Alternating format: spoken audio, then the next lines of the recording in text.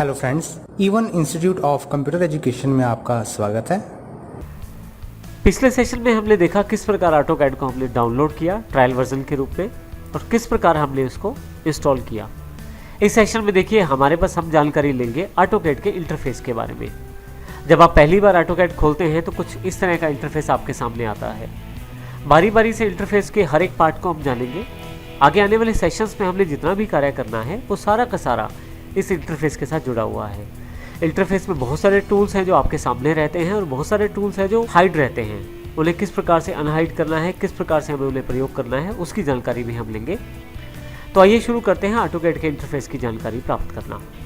जब आप ऑटोकैड पहली बार खोलते हैं तो सबसे पहले आपके सामने कुछ इतनी बड़ी स्क्रीन जहाँ पे स्टार्ट लिखा हुआ है ये अवेलेबल हो जाती है। ये स्क्रीन आपको तीन चीज़ों की मुख्य जानकारी दे रही है। सबसे पहले आप यहाँ से फाइल्स को खोल सकते हैं। अगर आपने कुछ फाइल्स पहले से बना रखी है तो ओपन फाइल्स कर सकते हैं। आप शीट सेट ओपन कर सकते हैं जिसमें काफ़ी सारी शीट्स शामिल रहती हैं।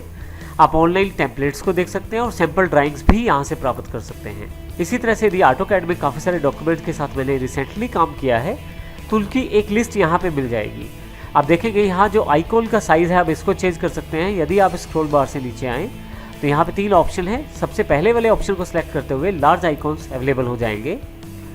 इसी तरह से यदि आप दूसरा ऑप्शन सेलेक्ट करते हैं तो मीडियम, और यदि तीसरा ऑप्शन सेलेक्ट करते हैं एक लिस्ट अवेलेबल हो जाएगी जो आपको रिसेंट डॉक्यूमेंट्स की जानकारी देगी। मुझे यहाँ से मीडियम सेलेक्ट करना है क्योंकि मीडियम साइज़ मेरे लिए बढ़िया है। आप बिना किसी पिक्चर को खोले, आप बिना किसी ऑटोकैड की फाइल को खोले यहाँ पे देख सकते हैं कि किस प्रकार इसका प्रीव्यू दिखाया गया है। इसी के साथ यहाँ देखें तो पिन करने के लिए बटन आपके पास अवेलेबल है। यदि मैं इसको पिन कर देता हूँ तो ये डॉक्यूमेंट परमानेंट मेरे पास यहाँ पिल्ड हो जाएगा। और रिसेंट डॉक्यूमेंट्स फ्रीक्वेंटली चेंज होते रहते हैं परंतु ये चेंज नहीं होगा। परंतु यदि मुझे अनपिन भी करना है तो मुझे केवल यहाँ से इसको दोबारा अनपिन करना है। इसी तरह से बिल्कुल राइट हैंड साइड पे ऑटोकैड की तरफ से कुछ नोटिफिकेशन आपके पास रहती हैं और नोटिफिकेशंस के लिए बॉक्स रहता है।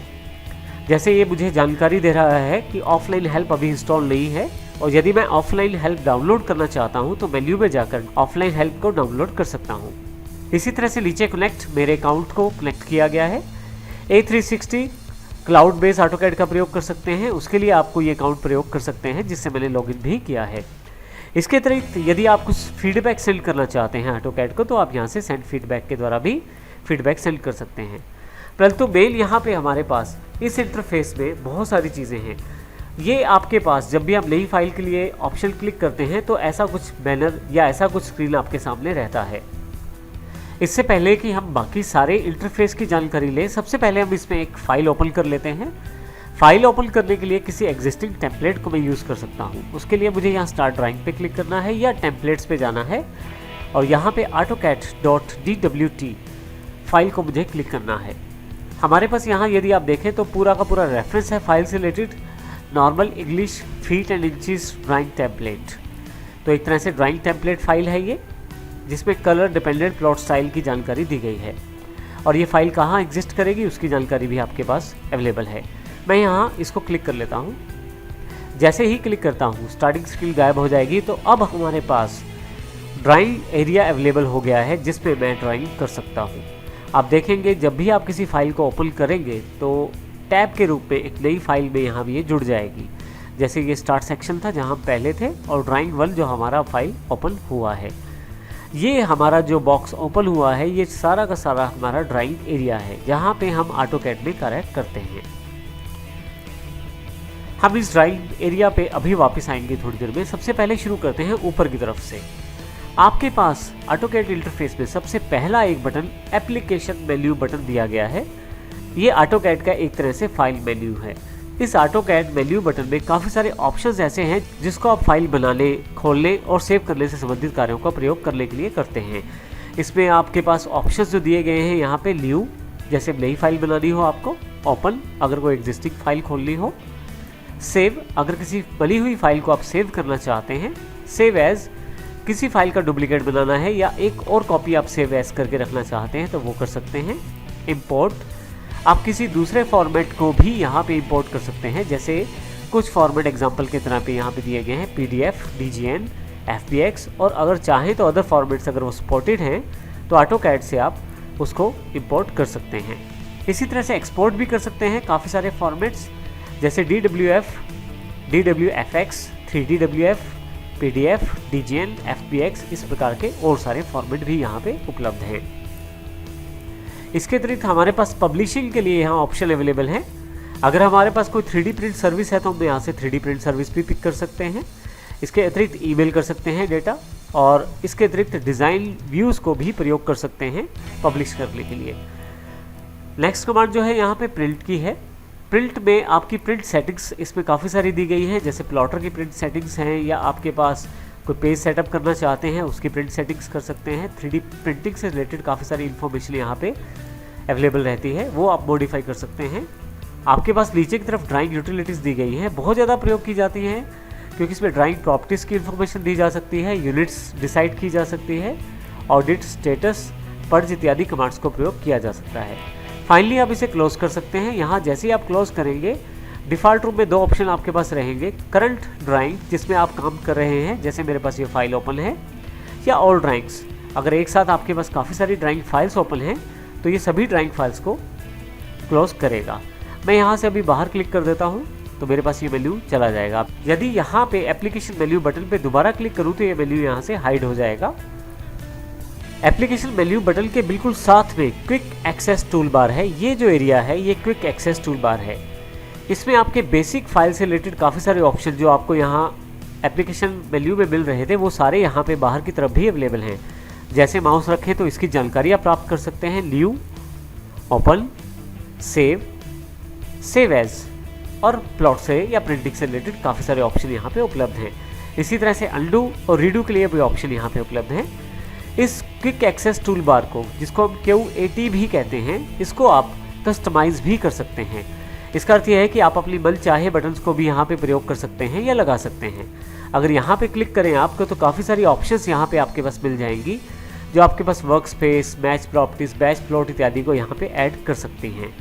परंतु इसके अतिरिक्त यहाँ मैं बाहर क्लिक कर देता हूँ। इसके अतिरिक्त कोई स्पेसिफिक कमांड जो मैं बहुत ज़्यादा प्रयोग करता हूँ उसको यहाँ मैं क्विक एक्सेस टूल बार में जोड़ सकता हूँ। जैसे मान लीजिए मैं सर्कल कमांड बहुत ज़्यादा प्रयोग करता हूँ, मैं राइट क्लिक करता हूँ, add to quick access toolbar कर देता हूँ। जैसे अब आप क्विक एक्सेस टूल बार करेंगे तो यहाँ पे देखिए ये जुड़ गई है कमांड यहाँ पे सर्कल वाली। और यदि इसी बटन जो मैंने अभी जोड़ा है इस पर राइट क्लिक करूँ अगर मैं, तो रिमूव भी कर सकता हूँ, remove from quick access toolbar से, कुछ इस तरह से। तो इस तरह से आप अपनी आइटम्स को जोड़ भी सकते हैं और हटा भी सकते हैं AutoCAD की क्विक एक्सेस टूल बार में। नेक्स्ट बिल्कुल इसी के साथ में टाइटल बार है। ये जो वाइट कलर वाला पट्टी आप देख रहे हैं ये टाइटल बार है। आप देखें इसमें आपका AutoCAD का वर्जन की जानकारी है और आपकी ड्राइंग फाइल जो ये नीचे यहाँ मैंने ओपन की हुई है, drawing1.dwg फाइल, वही उसी का नाम यहाँ पे दिखाया जा रहा है। यदि मैं किसी और फाइल पे आऊँगा तो उस फाइल का नाम यहाँ पे दिखाया जाएगा। यदि मैं यही टाइटल बार पे डबल क्लिक करूँ तो रिस्टोर डाउन कर सकता हूँ, फिर से डबल क्लिक करने पे मैक्सिमाइज कर सकता हूँ। तो इस तरह से मैं इस प्रकार में टाइटल बार का प्रयोग कर सकता हूँ। इसी के साथ नेक्स्ट हमारे पास सर्च बॉक्स उपलब्ध है। यहाँ हमारे पास इस सर्च बॉक्स में आप AutoCAD की किसी भी कमांड की इन्फॉर्मेशन आप सर्च कर सकते हैं, अर्थात उसकी हेल्प ले सकते हैं। इसके लिए मुझे केवल यहाँ पे टाइप करना है। केवल जैसे ही यहाँ पे मैं लाइन टाइप करके एंटर करता हूँ तो आप देखेंगे इस AutoCAD 2017 की वो हेल्प खुल जाएगी जिसमें मैं लाइंस के बारे में पूरी की पूरी इन्फॉर्मेशन यहाँ से प्राप्त कर सकता हूँ। और फर्दर यहाँ पे एक सर्च बॉक्स फिर से अवेलेबल हो गया है। फिर से यहाँ पे मैं कुछ इन्फॉर्मेशन डाल के सर्च कर सकता हूँ। अभी मैं इसे क्लोज कर देता हूँ। नेक्स्ट आपके पास मेरा यूज़र नेम यहाँ पे आ रहा है जिससे मैंने लॉगिन किया है, साइन इन किया है AutoCAD को प्रयोग करते समय। आप AutoCAD 360 को भी एक्सेस कर सकते हैं और उसकी ऑनलाइन सर्विसेज को भी। उसके लिए आपको केवल इस पर क्लिक करना है और फाइनली आप Auto 360 अकाउंट पर जाकर लॉगिन कर सकते हैं। यहाँ इसके बिल्कुल साथ में AutoCAD का एक्सचेंज ऐप स्टोर है, अर्थात AutoCAD स्टोर है। यदि आप इस पर क्लिक करें तो आप एक बिल्कुल अलग URL पे चले जाएंगे जिसमें Autodesk की वेबसाइट पे चले जाएंगे, जहाँ से Autodesk का ऐप स्टोर आपके सामने ओपन हो जाएगा। यहाँ पे Autodesk की बहुत सारी ऐप्स दी गई हैं जिन ऐप्स को आप डाउनलोड कर सकते हैं और प्रयोग कर सकते हैं। इसके बिल्कुल साथ में स्टे कनेक्टेड का बटन है। अगर मैं इस पर क्लिक करूँ तो मैं ऑटोडेस्क में कनेक्ट कर सकता हूँ, ऑटोडेस्क अकाउंट में जाकर लॉगिन कर सकता हूँ और इसके अतिरिक्त ऑटोकैड के बाकी रिसोर्सेज जैसे ऑटोकैड यूट्यूब, ऑटोकैड ब्लॉग या ऑटोकैड फेसबुक, ट्विटर पे भी जा सकता हूँ यहाँ से। फाइनली या लास्ट की तरफ एक हेल्प का बटन है, अगर मैं इस पर क्लिक करूँ तो हेल्प सेंटर खुल जाएगा। यहाँ पे मैं कुछ भी टाइप करके कुछ भी ढूंढ सकता हूँ।